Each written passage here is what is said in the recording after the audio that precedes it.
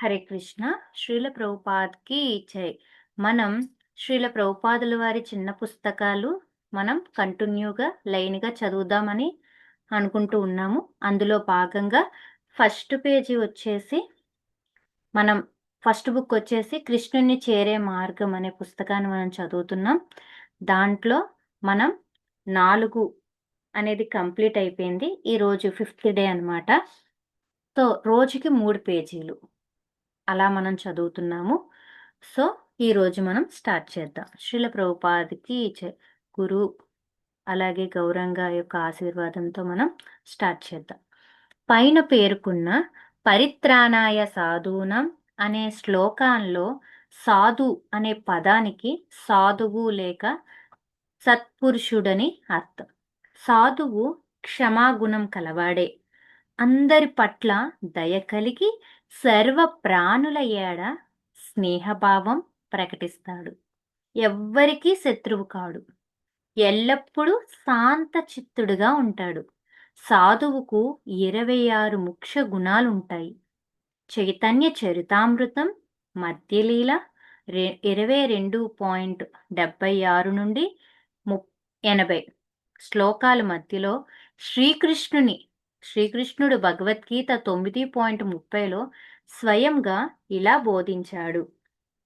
अपि चेत्सु दुराचारो भजते माम् अनन्यभाक् साधुरेव समन्तव्यः सम्यग् व्यवसितो हि सः.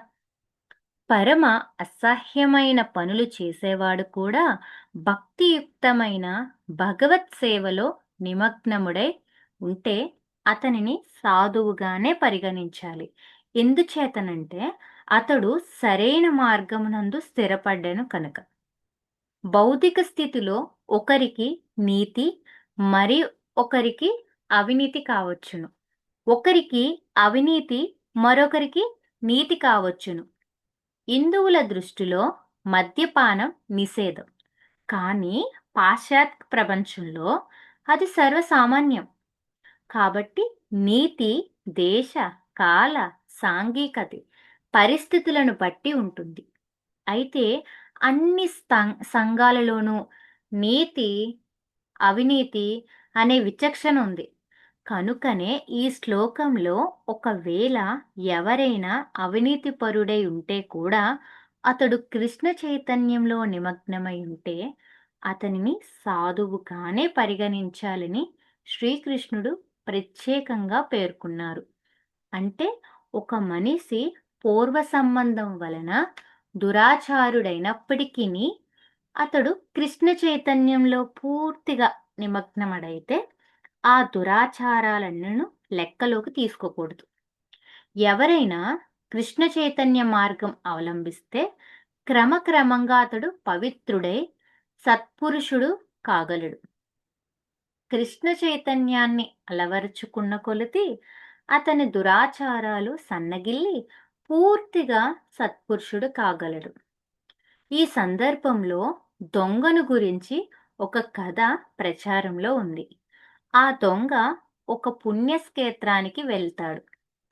త్రోవలో విశ్రాంతి కోసం ఒక సత్రంలో బస చేస్తాడు. దొంగతనానికి అలవాటు పడ్డ అతనికి ఇతర యాత్రికుల వస్తువులను దొంగలించాలని అనిపించి అందుకు ఉపాయం ఆలోచించసాగాడు.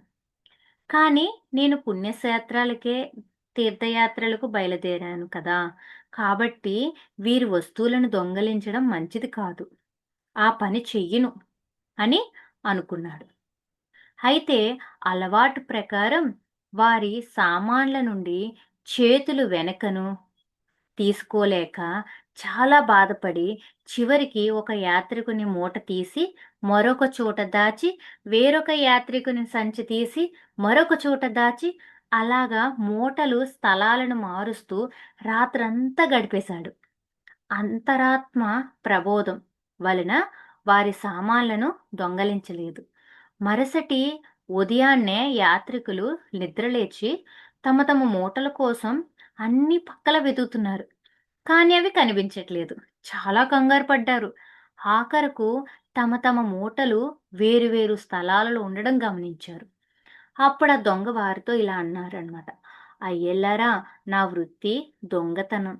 రాత్రిపూట దొంగతనం చేయడం నా అలవాటు. అందుచేత మీ మూటల నుంచి ఏమైనా దొంగలించాలని అనుకున్నాను. కానీ నేను పుణ్యక్షేత్ర దర్శనానికి వచ్చాను కనుక దొంగలించలేకపోయాను. మూటలను అక్కడికి అక్కడివి ఇక్కడ, ఇక్కడివి అక్కడ పెట్టి సంతృప్తి చెందాను. దయచేసి నన్ను క్షమించండి. దురభ్యాస లక్షణం అలా ఉంటుంది.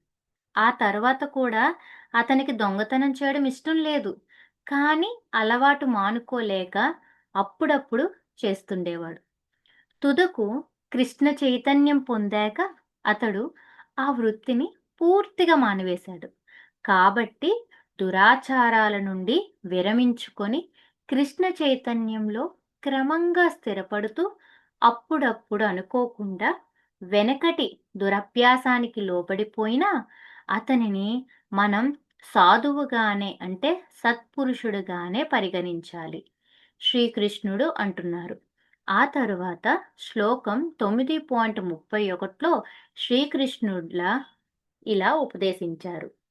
क्षिप्रं भवति धर्मात्मा सस्वच्छान्तिं निगच्छति कौन्तेय प्रतिजानीहि न मे भक्तः प्रणश्यति. ఓ కౌంత్రేయ, అతడు వెంటనే ధర్మాత్ముడై శాశ్వతమైన శాంతిని పొందుతాడు.